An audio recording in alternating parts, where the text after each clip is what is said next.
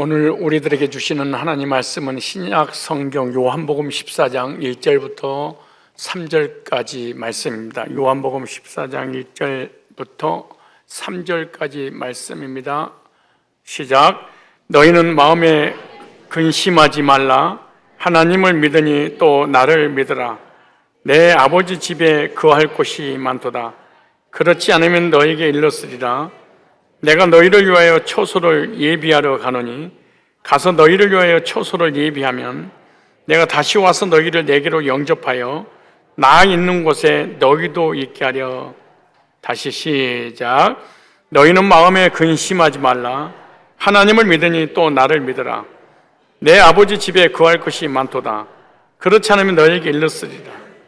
내가 너희를 위하여 초소를 예비하러 가노니 가서 너희를 위하여 초소를 예비하면 내가 다시 와서 너희를 내게로 영접하여 나 있는 곳에 너희도 있게 하리라. 아멘.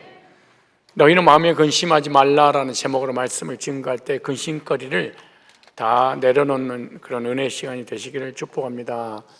해마다 명절이 되면 사람들마다 고향을 그리워하는 마음이 있어서 고향을 그리워하면서 부르는 노래들이 참 많이 쓴 것 같아요. 제가 어렸을 때 즐겨 불렀던 그런 노래가 최근에 전혀 안 부르지만 이맘때가 되면 꼭 생각이 나. 그 노래 한번 불러볼까요? 이건 유행가가 아니라 예를 들어서 사람들이 고향을 그리워하는 이런 마음 때문에 불러지는 노래들이 많이 있구나 이렇게 생각해서 예를 돕기 위해서 불렀다고 생각하고 어떻게 강대상에서 유행가가 아닌 노래를 부르실까 그렇게 생각하지 마시고 만약 그렇게 생각하신 분들이 있으면 이문 공연 오셨구나 이렇게 생각을 하시면 전혀 거부가 일어나지 않을 것입니다. 그 노래 중에 고향이 그리워도 못 가는 신세 거기까지만 언제나 뭐 그런 노래가 있어요. 그리고 또 동료도 있잖아요. 고향 땅이 여기서 얼마나 되나 푸른 하늘 끝다운 저기가 거긴가 아카시아인 꽃이 바람에 날리니 고향에도 지금 좀 뻐꾹새 울겠네. 눈 내리겠죠 지금은. 모두가 한결같이 그리운 고향을 찾아 떠나는데 가고 싶어도 갈 수 없는 그런 사람 얼마나 슬프고 고독을 느끼고 살아갈까요? 사람들은 해마다 명절이 되면 그리운 고향을 찾아 다 떠납니다. 오늘 우리 교인들도 벌써 성가대 47명밖에 오지 않고 나머지는 20명이 다 어디 사라져 버렸어요. 다 고향 찾았겠죠. 우리 교회 중직자들도 고향을 찾아서 떠난 사람도 많이 있습니다. 고향에서 태어났고 고향이 있기 때문에 고향을 그리워해서 이런 명절이 되면 고향을 찾는 사람들이겠죠. 하루 일과를 마치고 육신의 안식처인 집으로 돌아가서 쉼을 얻는 그 사람들도 안식처인 육신의 장막이 있기 때문에 그럴 것입니다. 그러나 돌아갈 고향이 없다면 하루 일과를 마치고 쉼을 얻고 싶은데 돌아갈 집이 없다면 마음이 무척이나 고통스럽고 불행할 것이다 이렇게 생각합니다. 이와 같이 육신의 장막을 벗어버리고 난 이후에 영혼의 안식처인 집에 있어야 되는데 돌아갈 집이 없다면 그 사람보다 더 고통스럽고 불행한 사람이 어디 있겠습니까? 오늘 본문은 예수님께서 제자들과 3년 동안 함께 있으시면서 제자들이 필요한 모든 의식주 문제를 다 해결해 주셨습니다. 배가 고프면 500의 기적을 일으켜서 또 육신의 병이 걸렸으면 육신의 질병을 해결하시고 귀신이 들려서 귀신을 쫓아내고 그리고 이 땅에서 제자들이 필요한 모든 것을 다 공급시켜 주셨습니다. 그러니까 근심, 걱정, 염려할 것이 전혀 없지요. 그리고 사람이 나이 먹어서 죽어갑니다. 그런데 예수님이 옆에 계시면 죽은 자를 살려버렸어요. 그런데 그 전능하신 주님께서 이렇게 소위 헛소리를 했습니다. 나는 좀 있으면 죽을 거야. 그리고 3일 만에 다시 부활하여 승천해서 하늘 영광 보좌 우편으로 다시 돌아가서 앉아서 그런 너희들에게 성령을 보내 주실 거야. 약속하신 성령을 기다리라. 내가 가면은 너를 데리러 다시 오실 거야 라고 계속해서 영적인 세계, 영원한 세계에 관한 말씀만 하니까 얼마나 그들에게는 함께 있었던 그 주님이 떠나가고 헤어지고 육체로 다시 볼 수 없다는 그 생각 때문에 그들은 망연자실하고 근심 걱정 염려할 수밖에 없는 것입니다. 예수님 옆에 계시만 하면은 못할 것이 없습니다. 예수님이 계시면 그 로마라는 그 강대국도 물리치고 독립을 선언해서 하나님의 나라의 왕국의 왕으로 예수님이 등극할 때 나는 베드로 우편에 요한은 좌편에 이렇게 앉게 될 텐데 그 주님이 죽어버리고 주님이 떠나간다고 하니까 그들이 근심하지 않을 수가 없었습니다. 그래서 예수님께서 오늘 본문에 너희는 마음에 근심하지 말라 이렇게 말합니다. 근심하고 있으니까 근심하지 말라 이렇게 말합니다. 오늘 우리가 이 땅에 살아가는 날 동안에 근심거리가 얼마나 많이 있습니까? 그때마다 주님께서 우리에게 말씀하십니다. 너희는 근심하지 말라 이렇게. 왜 주님은 하나님 백성들을 향해서 근심하지 말라고 했을까요? 그 첫 번째, 오늘 1절에 이렇게 말합니다. 하나님을 믿으니 또 나를 믿으라. 하나님과 예수님을 믿음으로 근심하지 말라. 반대로 하나님도 안 믿어지고 예수도 안 믿어진다면 근심하겠지만 전능하신 창조주 하나님과 그 아들 예수 그리스도를 실제로 믿는다면 근심하지 말라 이렇게 말합니다. 근심하지 말라 이 단어 어문을 찾아보니까 타라소 그런 뜻입니다. 탈라소가 아니고 타라소. 이 타라소라는 이 의미는요, 뒤흔들다, 분기시키다, 선동하다, 어지럽히다, 불안하게 하다 이런 뜻입니다. 근심이라는 단어가. 그러니까 주님은 너희 마음을 불안하게 하지 마라. 너희 마음을 어지럽히지 말라. 지금까지 주님을 열심히 따랐는데 갑자기 예수님이 죽으신다고 하니까 제자들이 정신이 없고 마음이 뒤흔들리고 요동칠 수밖에 없습니다. 청천벽력 같은 소리입니다. 하늘이 무너지고 땅이 꺼지는, 앞으로 삶이 너무너무 막막해서 근심하지 않을 수가 없어요. 그런 제자를 향해서 주님께서 근심하지 말라 이렇게 말합니다. 여기 근심하지 말라라고 하는 문법 보니까 얼마나 놀라운 말씀이 여기에 기록됐냐면은 명령법으로 썼습니다.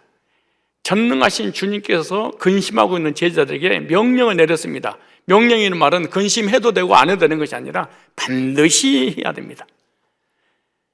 명령법은 근심하면서 마음이 요동치고 있는 제자들을 향해서 절대 고민하지 마라 이렇게 말합니다. 우리들도 예수님이 나와 함께하지 않는다고 한다면 근심할 수밖에 없습니다.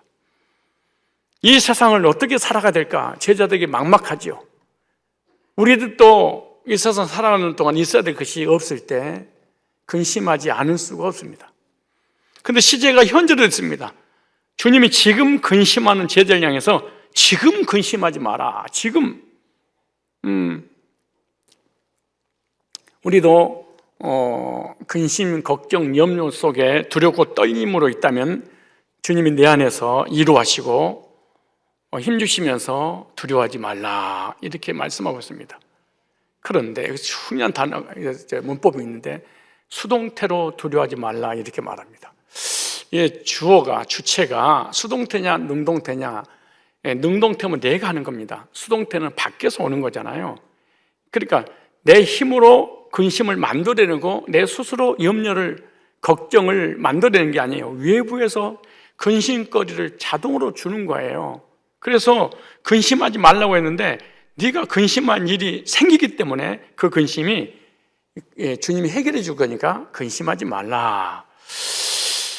인간에게 찾아오는 모든 근심은 내 안에서 만들어내는 것보다도 바깥에서 들어오는 근심이 90% 이상입니다. 다시 말해서 능동태로 근심을 만들어내는 것이 아니라 수동태로 근심이 찾아오는 거예요. 내가 근심을 안 하려고 아무리 몸부림을 쳐도 근심거리가 외부에서 수동태로 났대. 공격적으로 들어오는 거죠. 갑자기 어떤 일이 발생하면 또 내가 있어야 될 것이 없으면, 가져야 될 것을 갖지 못하면, 사랑하는 사람이 내게들 떠나면, 사랑하는 사람이 죽으면 외부에서 만들어 놓은 이 상황들에 의해서 오는 것이니까 근심할 수밖에 없다, 그 말이죠. 그런데 주님은 외부에서 불어닥치는 이 수동태의 근심을 염려하지 말라. 왜냐? 하나님을 믿으니 또 나를 믿어라. 무슨 말이에요? 내가 그 수동태로 찾아오는 너 근심거리 내가 해결해 줄 거니까 네 일이 아니야. 내 일이니까 나를 믿는다면 근심하지 마라. 전능하신 하나님 믿고 예수 그리스도의 구속을 믿는다면 뭐 하지 마라? 근심하지, 염려하지 말라. 반대로 예수도 안 믿어줘. 하나님도 안 믿어줘. 그럼 내가 주어가 돼. 내가 주인이 돼. 내가 주체가 돼. 내가 하나님이 돼야 돼. 나의 모든 삶은 내가 해결해야 돼. 그럼 근심할 수밖에 없지요. 내가 근심한다 이 말은 반대로 하나님도 안 믿어지지 않습니다. 예수도 믿어지지 않습니다. 인간의 생사복은 나한테 있는 것이지 하나님께 결정권이 없습니다. 이런 사람 무조건 근심 걱정을 하겠죠. 그렇지 않겠습니까?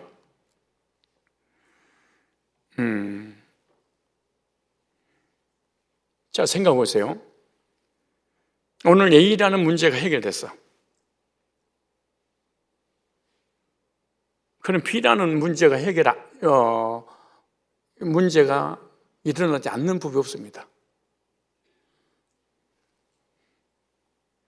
머리 아파서 나오면 손발이 저리고, 손발이 저리게 나오면은 감기가 걸리고, 감기 것을 날리면 독감이 걸리고, 이 땅에 살아오면서 마치 밖에 나가면 내 의지하고 전혀 관계없이 바람이 불어서 바람 맞는 수밖에 없듯이 나 인생의 삶이 끊임없이 바람이 분다는 거예요. 남편이 속 안 새기면 아내가 속 안 새기면 자녀가 속을 안 새기면 손주가,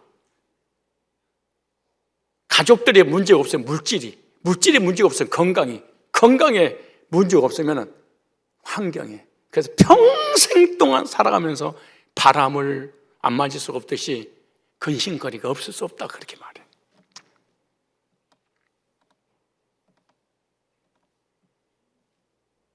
구원의 확신과 감격 속에 어떻게 시험이 들 수가 있어? 라고 호언장담했던 사람이 그 이튿날 시험들 교회를 안 나와. 장로님하고 관계가 좋으면은 목사님하고 관계가 안 좋고, 목사님 관계가 좋으면 성도들하고 관계가 안 좋고, 평생 동안 시험거리가 쫓아다니. 뭘로? 내 의지하고 전혀 관계없이 수동태로 불어오는 이 환난과 시련과 고난과 역경을 이 땅에 살아가는 날 동안에 죽는 그 순간까지 이건 사라지지 않아. 그런데 근심하지 마라. 왜냐하면 나를 믿어라. 나 믿어라. 나 믿는다며. 네 아버지라며. 너 내 자녀라며. 너 구원받았다며. 그런데 너는 어떻게, 네가 지금 근심하고 있다는 것은 내세 문제, 현세 문제, 구원의 문제, 현세 문제, 만약에 근심 걱정하고 있다면 상대적으로 반대로 하나님을 한 번도 믿어본 적이 없는 거예요. 하나님이 전능자도 안 믿고 예수님이 구속도 안 믿어지는 거예요. 그러니까 걱정.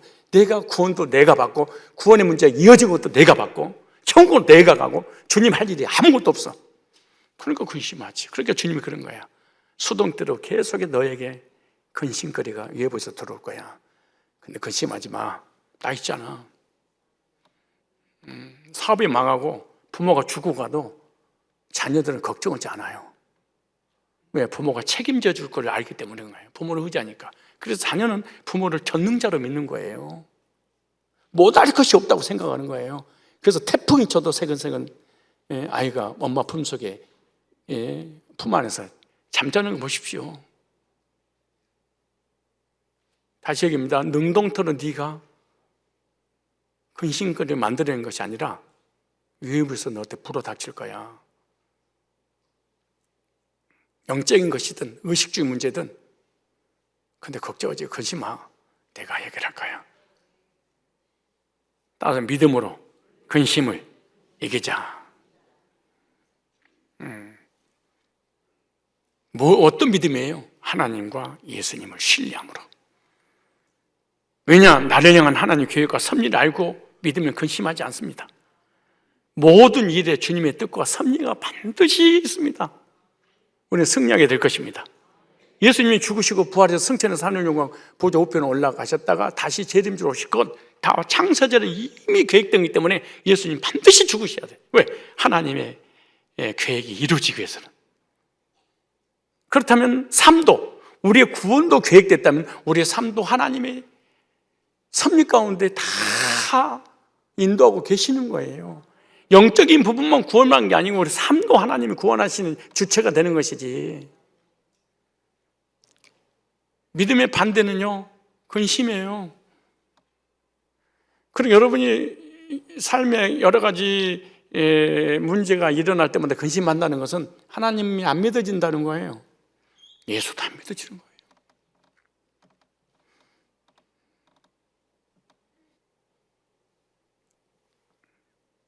부부 문제든 가정의 문제든 자녀의 문제든 사업의 문제든 교회 문제든 얽히고 설켰던 여러 가지 것들 다 정말로 하나님 믿고 예수가 믿는다면 근심하지 않을 텐데 이것이 안 믿어지니까 이 문제를 누가 해결해야 돼? 남편을 주님이 해결해줘. 내가 때려잡아야 돼. 내가 때려잡아야지. 근데 못 잡아. 이혼해. 그러는 거 아니야. 아내도 누가 때려잡. 그러니까 가정의 주인을 한 번도 주님을 모셔보지 없는 거야. 한 번도 안 믿는 거예요. 그냥 종교적으로 믿는 것이 그분을 신뢰하는 믿음은 없다 그 말이에요.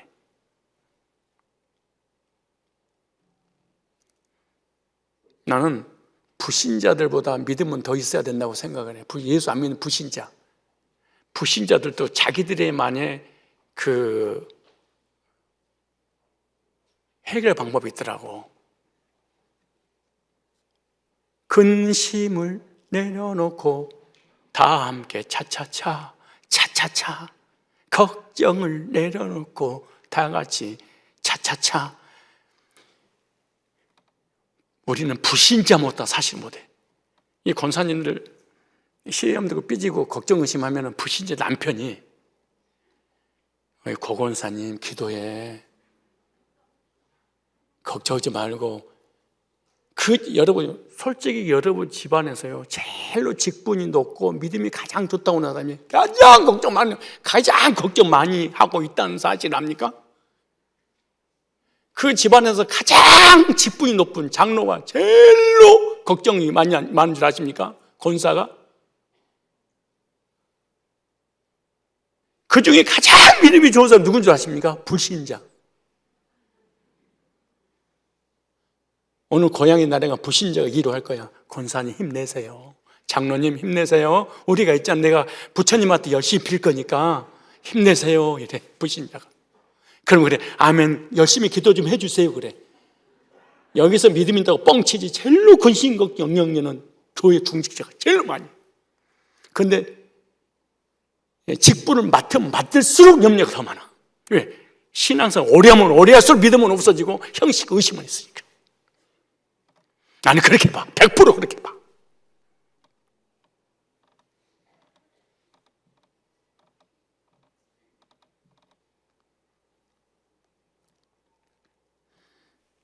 근심이 능동태로 만들어지는 거예요? 수동태로 찾아오는 거예요? 내가 안 하고 싶어도 안 할 수 없는 그런 환경이 조성이 딱 돼버려. 근데 그 환경을 조성을 되었다 할지라도 그거 누가 해결할 거야? 하나님이. 그래도 한 번만이라도 나 좀 믿어봐 그러잖아. 아니 한 번만이라도 나를 전능하신 창조주 아버지라며. 너의 주인이라며 예수님이.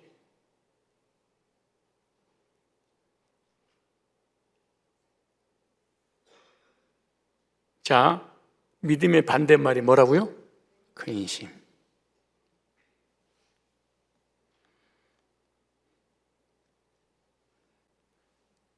가정의 전능자는 나야. 그럼 죽을 때까지 스트레스 쌓이고 죽을 때까지 시험 들고 죽을 때까지 근심하면서 온갖 병을 다 걸리는 거지. 왜? 죽을 때까지 바라면 끝나지 않을 거니까. 얼마나 불행해. 얼마나 불쌍해. 얼마나 기가 막힌 일이야 이게.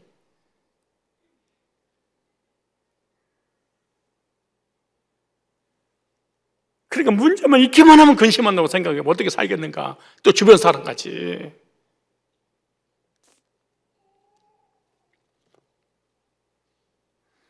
하나님을 믿고 예수를 믿으면 뭐 하지 마라? 근심하지 마라. 왜 근심하지 말아라?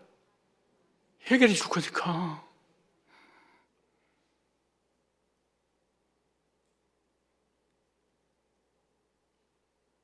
우리 아이들은 걱정, 근심 안 해요? 부모님을 믿으니까. 왜 우리는 근심해요? 하나님이 안 믿어지니까. 천국도 안 믿어지고, 천국 준다는 것도 안 믿어지고.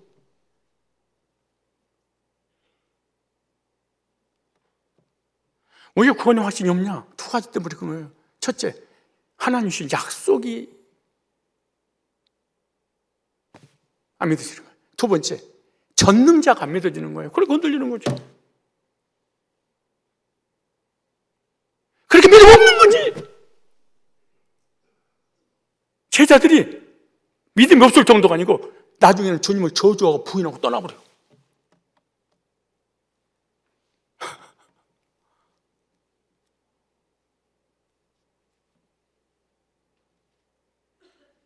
두 번째, 왜 너희는 마음에 근심하지 말라 그렇게 말씀하냐? 천국에 처소가 있으므로 이 땅 것 때문에 근심하지 마라. 영원한 처소. 자 보세요. 2절에 내 아버지 집에 거할 곳이 많도다. 그렇다면 너희에게 일렀으리라. 내가 너희를 위하여 뭘 예배하러 가느니? 처소를 예배하러 가느니. 잘 보세요. 처소란 무엇인가? 여러분 영어 성경에는 어떻게 번역됐습니까? 믿음이 안 생긴 이유가 잘못된 번역 때문일 거예요. 이거는 맨션이 아니에요. 이건 하우스가 아니에요.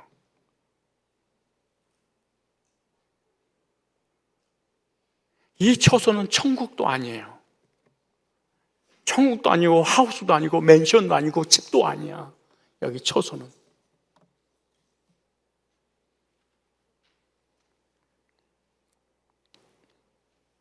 근데 예수님이 천국에 주택을 예배하러 가신다 그렇잖아.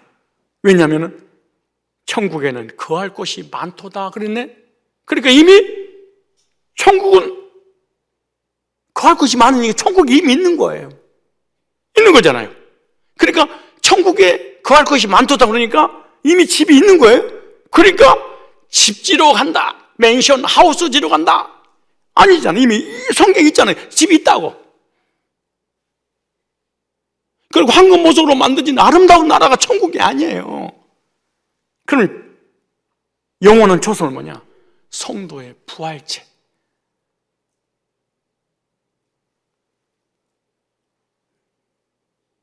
보통 말이 아니에요.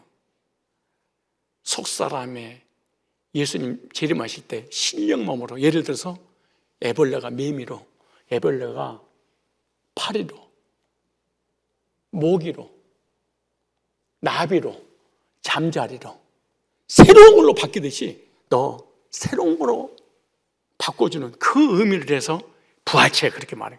찾아볼까요? 고린도후서 5장 1절 4절에 이거를 이해하는 사람 만나기 하늘의 별을 따오는 게 빠르지 진짜로 거의 천국은 집, 하우스, 맨션, 황금보석으로 만들어지는 황금길 나를 위해서 준비했다. 근데 이미 있다고 천국은. 그건 뭐라고 그러는 보세요. 만일 땅에 있는 우리 장막집이 육신이네.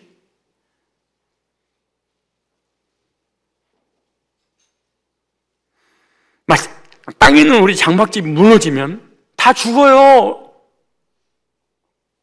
하나님께서 지으신 집, 그 손으로 지은 것이 아니요 하늘에 있는 영원한 집이 우리에게 있는 줄 아노니. 보세요. 과연 우리가 여기서 탄식하면 하늘부터 오는 처소를 덧입기를 하늘로부터 뭐가 내려온대. 덧입기를 간절히 사모하니 그래 천국이 아니에요. 천국의 하우스도 아니에요. 예수님 재림할 때 신령한 몸으로 덧입는다는 거예요. 이렇게 입어본 벗은 자들을 발견되지 않으리라. 이 장막에 있는 우리가 짐진 것까지 탄식하는 것은 벗고자 함이 아니요 오직 덧입고자 함이니 죽을 생명이 삼킴받게 하리매라. 곧 이것을 우리에게 이루게 하시고 보증으로 성령 우리에게 주신 이는 하나님이시라. 그러니까 땅에 있는 육신의 장막짐을 벗어버릴 때가 있는데 바로 영적인 신령한 몸으로 부활할 부활체를 성경에서는 처소 그랬어요.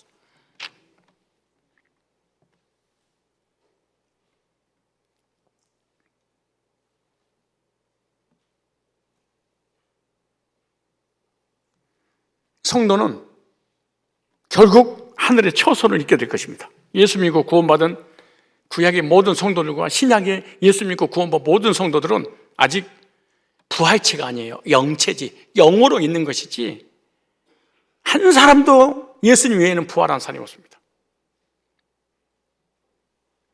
신령한 몸을 만들 때거든요. 신령한 몸을 만들어질 때는 예수님 재림 때 신령한 몸으로 우리가 변화되는 거예요. 하늘로부터 덧입는다 그러잖아요. 요한복음 5장 28절 보세요. 요한복음 5장 예수님이 여기서는 뭐라고 말씀하셨는가? 자, 요한복음 5장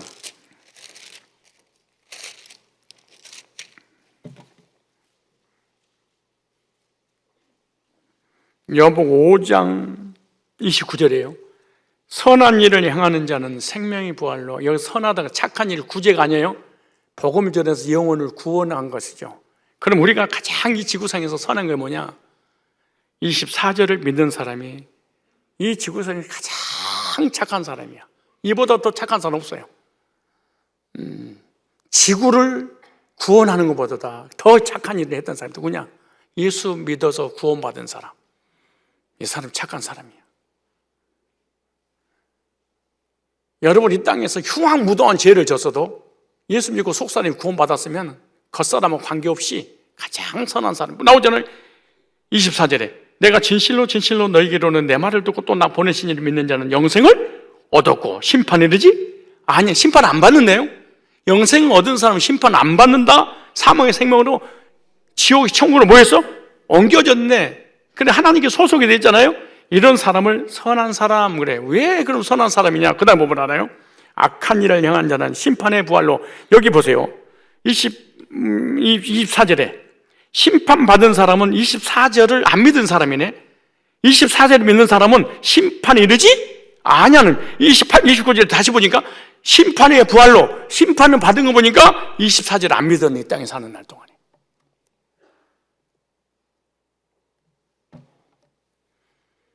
심판받으면 어떡하지? 이렇게 전전긍긍 두려워 사는 사람, 사실 구원받은 사람이 아니겠죠. 율법주의나 신비주의나 행위주의자는 거듭난 적이 없지. 왜? 아직 심판이 남아있으니까. 그럼 예수님 재림할 때 심판의 부활로. 그럼 예수님 재림할 때 두 분류의 사람이 있어요. 하나는 생명의 부활로, 하나는 심판의 부활로. 하나는 천국으로 인도하기 위한 부활로, 또 하나는 지옥으로 데려가기 위한 부활로. 두 부류의 부활이 하는 거예요. 어디서 결정하냐? 24절에 결정하는 거예요.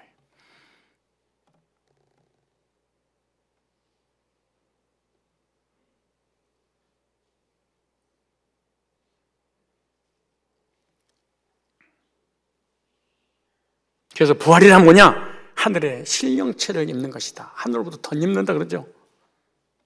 성도는 반드시 하늘의 처소를 입을 때가 있습니다. 하늘의 처소를 덧입는다 그렇게 말하잖아요. 그러니까 천국이 아니야. 하우스도 아니고 맨션도 아니고 집도 아니에요. 있잖아. 천국은 이미 여기 거할 곳이 많도다. 많잖아요. 이미 다 만들어져 있잖아요.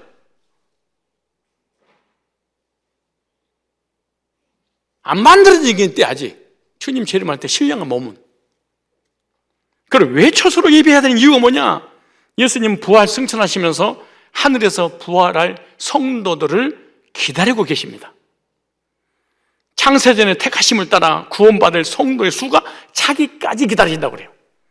아직도 구원받은 성도의 수와 구원받을 성도의 수가 차고 있는 중이죠.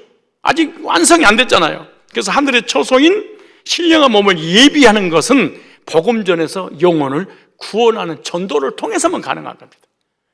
그럼 우리가 뭘 만드냐? 처소를 만드는 중이에요. 신령한 몸을 지금 만들고 있는 거예요. 누가? 내가! 그래서 예수님이 제자들한테 마태복음 28장 16절 20절에, 마가복음 16장 15절 20절에, 사도행전 1장 8절에, 마태복음 24장 14절에, 마가복음 16장 15절 20절에 보면은 만민에 가서 복음 전해라, 땅끝까지 가서 복음 전해라, 성령이 오시면 땅끝까지 증인 되리라. 이 복음이 땅끝에 증언되고 난 다음에 그때야 끝이 오리라, 이렇게 예수님 말씀하셨잖아요. 엄청난 일이죠. 우리가 초소를 만들고 있는 중입니다. 엄청난 일을 하고 있는 거죠. 우리는 먹고 입고 마시고 싸우고 죽이고 이걸 평생 동안 이걸 이 교인들이 구원 받았다고 하면 쏟아붓잖아요. 다 썩어 문드러질 것을 위해서. 주님은 그런 거예요. 영적인 산부인과 의사가 돼야 되지 않겠냐. 어쩜 평생 동안 영혼 한 명 구원하지 못하고 잘난 체하고 그렇게 교회를 다니냐.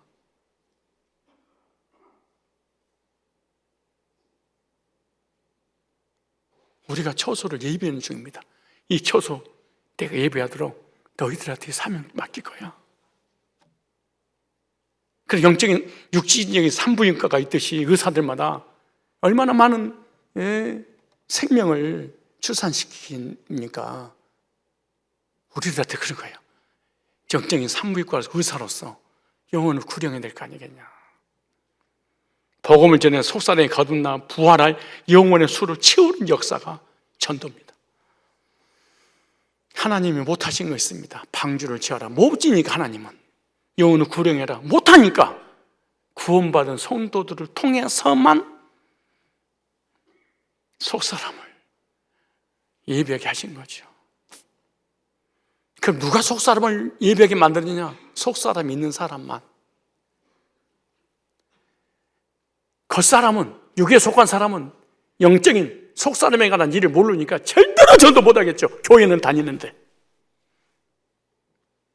나를 통해서 이 일을 하게 했는데 내가 안 해. 돈 버니라고 미쳐가지고 의식주에 미쳐서 절대로 복음 전하는 일을 안 해. 그걸 딴 사람한테 줬다 옮기는 거죠. 에베소서가 말 안 듣니까 딴 사람을 통해서 복음을 전해서 영혼을 구령해서 처소를 만들잖아요.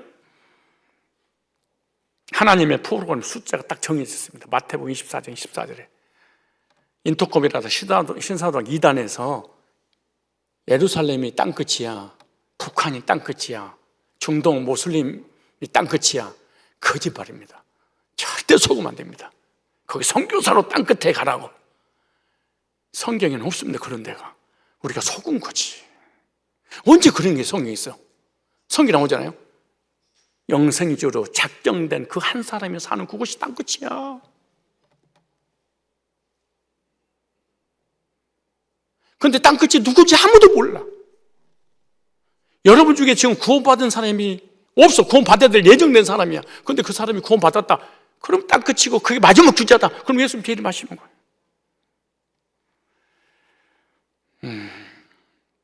복음을 전해서 영혼들을 구원하시는 것이 주님의 사업이고 선한 일이고 영혼들을 예배하는 것이 하나님의 사업이고 우리가 해야 될 사명입니다. 복음의 증인이 되어서 하늘의 처소를 예배하는 선한 사업에 쓰임받는 저와 여러분 되시기 바랍니다. 어마어마한 일입니다. 이게 위한 일입니다. 이게 우리가 하늘의 처소를 만들어주는 사람들입니다. 신령한 몸을 만들어주는 사람입니다. 속사람을 거듭나게 하는 그 사명이 있습니다. 우리에게. 여러분이 복음 전하지 않으면 다 죽여버리는 거지요. 그리고 여러분 주변에 다 시체만 있는 거지. 겉사람은 있는데 먼지는 티끌은 바글바글 거리는데 하나님의 사람은 한 명도 없을 수 있습니다.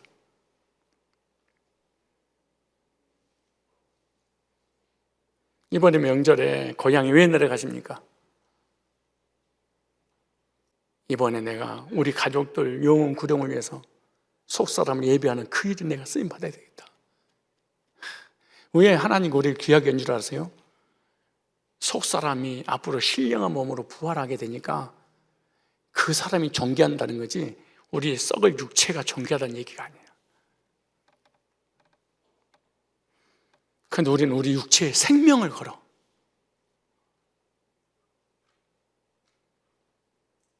예수님 재림할 때 신령한 몸으로 속사람을 부활시켜 주신다는 확신이 있다면 근심하지 마라. 진짜 믿어진다면. 예를 들어서 노마에서 해방을 못하더라도 50년, 100년 동안 노마의 지배 속국으로 온갖 고통과 저주를 받는다 할지라도 해방이 있어서 안 돼도 예수님 제자들이 왜 그렇게 고통스러웠어요? 왜 근심했어요? 예수님을 노바에서 해방시키는 지도자로 본 거야.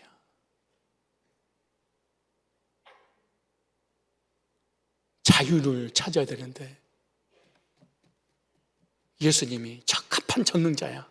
그 예수님 써먹으려고 따라다니는데 예수님이 노바에서 해방시키지 못하고 죽어버리니까 제자 다 가버렸어. 다 떠났어.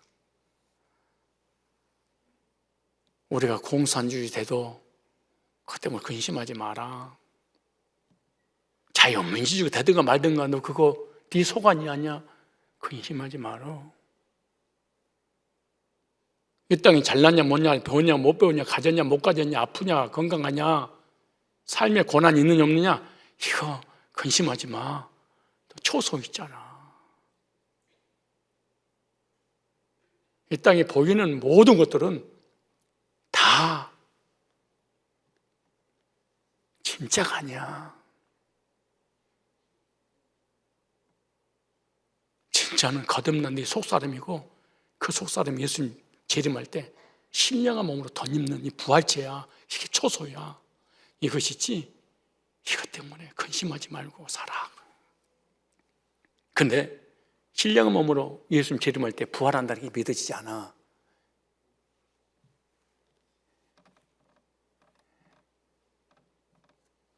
누가 근심 안 하겠습니까? 누가 걱정 안 하겠습니까? 누가 염려 안 하겠습니까? 이 세상에 전부인 사람들이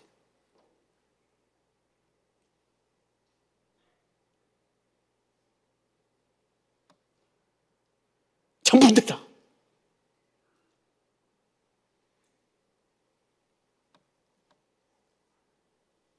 초소를 예배하러 간다. 너 속사람이 신령한 몸으로 덧입기를 내가 예배하러 가는 거야. 내가 다시 올 거야. 너를 구더기를 파리로 애벌레를 호랑나비로 가장 아름답게 부화한 것처럼 너를 그렇게 부화시킬 거야. 그러니 땅의 것 때문에 근심하지 마.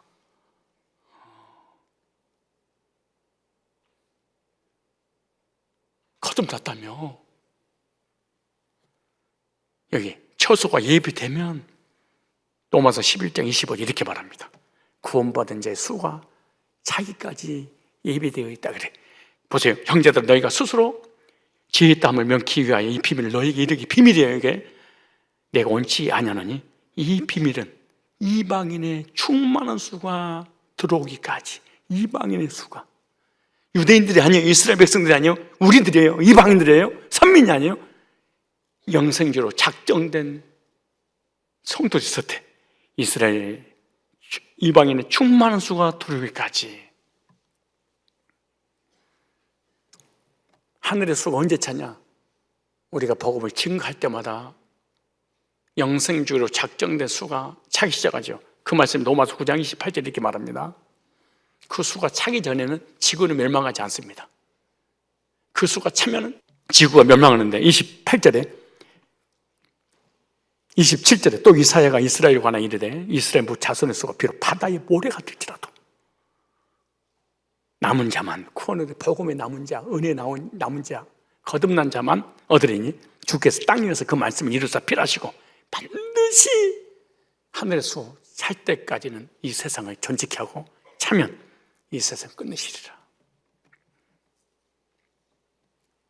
구원받은 사람들 수가 차면 주님은 재림하신다 이렇게 말합니다. 그래서 처소를 예비하면 예수님 다시 오신다고 약속했어요. 그때가 가까워지고 있지 않습니까? 다시 오신다는 약속을 믿고 주님의 재림을 기대하는 사람이 성도됩니다. 주님은 처소를 예비하러 가셨습니다. 택하신 영혼들의 수가 차면 주님이 다시 오실 것이고 성도는 그날 부활의 아침을 기다리는 소망을 가지며 살아야 됩니다. 그날 아침 거기서. 그러니 근심하지 마라. 다 계획된 거야. 내 프로그램 속에서 우주는 움직이고 있어. 이걸 안다면 근심할 것이 뭐가 있어? 언어를 살펴볼까요? 언어에는 어떻게 됐는가? 예비하러 가노니 2절에 그러죠. 이 말이 헤토이마조라는 단어인데요, 준비하다, 준비를 갖추다 이런 뜻입니다.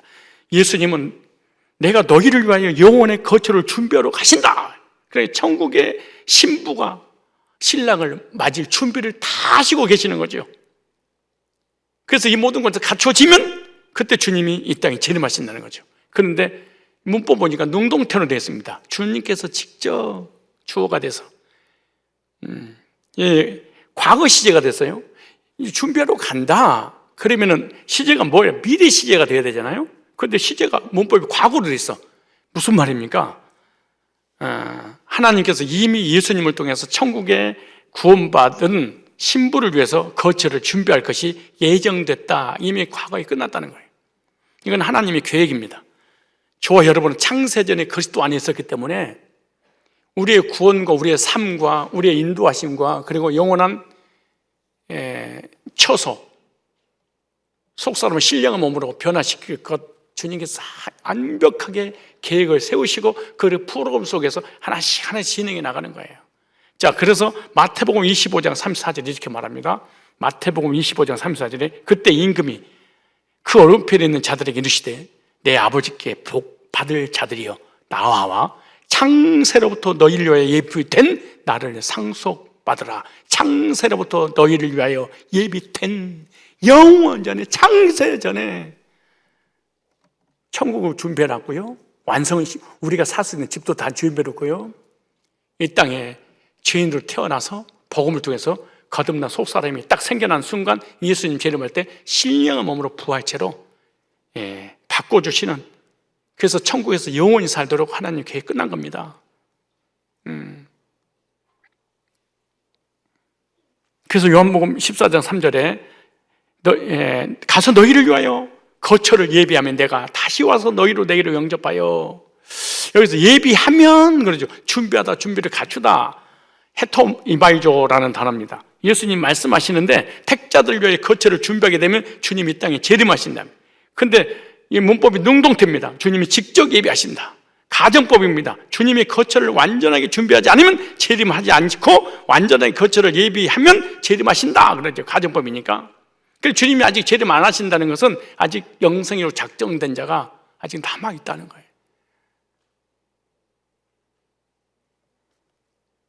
구원 받으면 이해가 금방 올 겁니다. 구원 안 받으면 이해도 안 가지만 믿어지기도 힘들 겁니다. 어르신들이 이것이 안 믿어지고 그러면은 정말로 복음을 인격적으로 주님 만나서 진짜 죽기 전에 거듭나서 속사람 생겨나서 부활의 소망 중에 천국 가야 됩니다. 이거 안 믿어지냐? 전능자가 안 믿어지는 거예요. 뭐가 안 믿어지냐? 약속이 안 믿어지는 거예요. 뭐가 안 믿어지냐? 하나님 사랑이 안 믿어지는 거예요.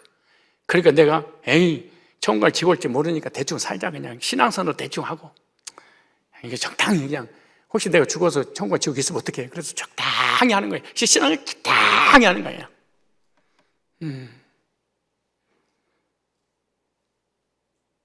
마지막 죽으면서까지 천국을 소망하지 못하고 근심, 걱정, 염려하면서 죽은 사람도 꽤 있습니다. 시제가 과거로 됐어요. 예수님이 선택받은 백성을 위해서 천국의 거처를 준비하는 것은 당연하게 예정되어 있다는 거죠. 이제 주님이 완전하게 준비하고 있다는 것을 우리가 믿는 믿음을 가지고 우리는 육체가 살아있는 동안에 성화의 삶을 살아서 하늘의 상급을 쌓아야 될 줄로 믿습니다. 이게 영접하여 파랄 남바노라는 단어입니다. 이 말은 데리고 오다, 받아들이다 이런 뜻입니다. 예수님이 나를 위해서 거처가 마련이 되면 다시 이 땅에 재림하셔서 나를 영접하신다. 내가 주님을 영접하는 게 아니에요. 내가 주님을 영접을 시켜야 이런 게 아니에요.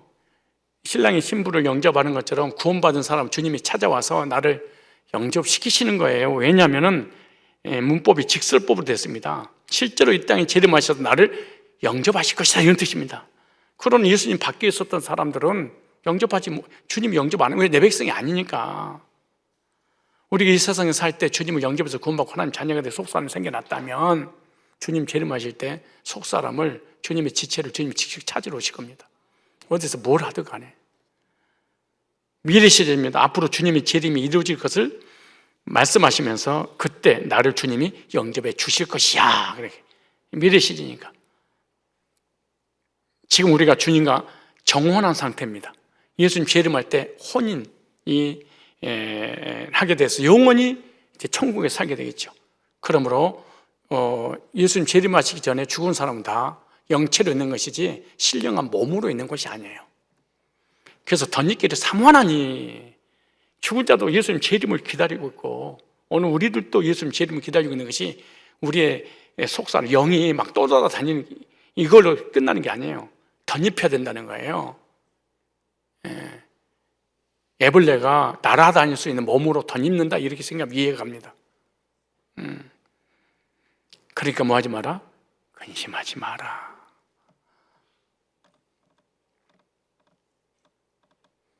공부 좀 못해. 안 하면 어때? 없으면 좀 어때?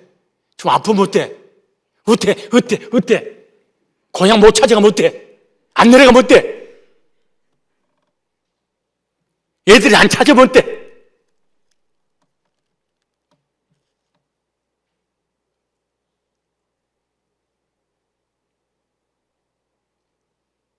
난 이렇게 생각합니다. 결혼 날짜를 잡아놓은 신랑 신부는 얼마나 잠을 설칠까요? 죽을 때가 가까우면 가까울수록 얼마나 더 설레야 될까요? 곧 만나는구나. 곧 만나는구나. 목사님, 저 언제 죽어요? 어떻게 된 거예요? 왜 잘 안 죽는 거예요? 이래야 될까요? 정확히 얘기하면. 목사님, 저 우울증 걸렸나 봐요. 목사님, 저 아픈가 봐요. 목사님, 저 죽을 것 같아요. 어떻게 하면 좋아요? 좀 금식해서 저 살려주세요. 진짜. 나 못해. 내가 하나님이야. 목사님, 천국 문 열리고 있어요. 신랑이 나를 안 오려고 뒷매고 있어요. 거기서 만나요. 그럼 가야지. 어떻게 해봐요, 목사님 좀. 아니, 지금, 이거 좀 해봐요. 까만 게 찾아왔어요. 이게 뭐예요?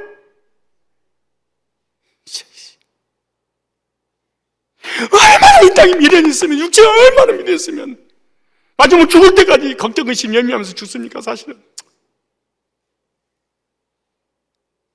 영원히 가질 수 있는 것이 아니잖아요. 예배 시간 되면요, 서로 앞에 앉을 의자를, 가방을 걸려놓고 성경들로 난리를 쳐. 예배 끝나봐. 내 집이 내 의자가 아니니까. 내 의자면 가지고 가야 되잖아. 나도 가잖아. 이 땅에 아무도 가지고 가야 돼. 신랑도, 아내도, 부모님도, 교회도, 성도도 아무도 가지고 가지 못해. 그렇게 사랑하는 생명처럼 눈깔이 뒤집을 정도로 얘들을 생명을 거는 우상 숭배하는 그 얘들도 내 것이 아니야. 얘들 때문에 이혼하고 얘들 때문에 싸우고 내 거 아니잖아요. 그거. 제자들아, 베드로야, 요한아, 야고바, 너를 위하여 완벽한 계획을 세워졌어. 그걸 믿니? 그럼 근심하지 마라. 마지막 세 번째, 주님께서 다시 오실 것이기 때문에 재림에 대한 약속을 믿는다면 근심하지 마라. 이게 진짜로 믿어진다면. 하나님도 안 믿어져, 예수님도 안 믿어져, 신령한 몸도 안 믿어져, 예수님 재림도 안 믿어져, 부활도 안 믿어져. 그건 뭐야 이게?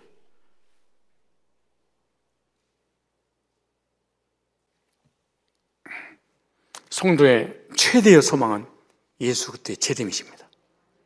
재림의 소망을 가진 사람을 성도 이렇게 부르는 거예요. 주님의 재림을 바라봄으로 근심을 이기는 저와 여러분이 됩시다. 재림의 소망으로 근심을 이기는 성도가 성산교회 저와 여러분들인 줄 믿습니다. 환난 중에도 재림의 날을 소망함으로 승리하는 성도, 재림의 소망이 불타는 사람은 근심하지 않습니다. 재림의 소망이 있습니까? 반대로 재림의 소망이 안 믿어져.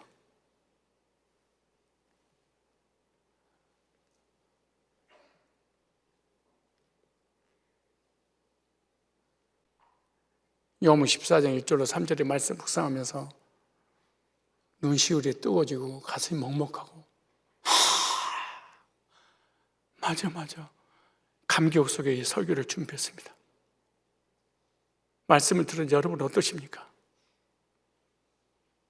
수동태로 찾아오는 염려거리 있을 때마다 근심하시렵니까? 아니면 근심, 걱정, 염려거리를 해결해 주실 그 주님을 믿음으로 염려하지 않고 승리할 것입니까? 예수님 재림할 때 우리의 속사람을 신령한 몸으로 부활시켜서 영원한 천국의 신랑 신부와 함께 천국의 영생복을 누릴 걸 믿습니까? 그때를 소망하며 믿음으로 살아간다면 우리는 근심을 이기고 영혼을 구령하는 일에 남은 생애를 드리게 될 줄로 믿습니다.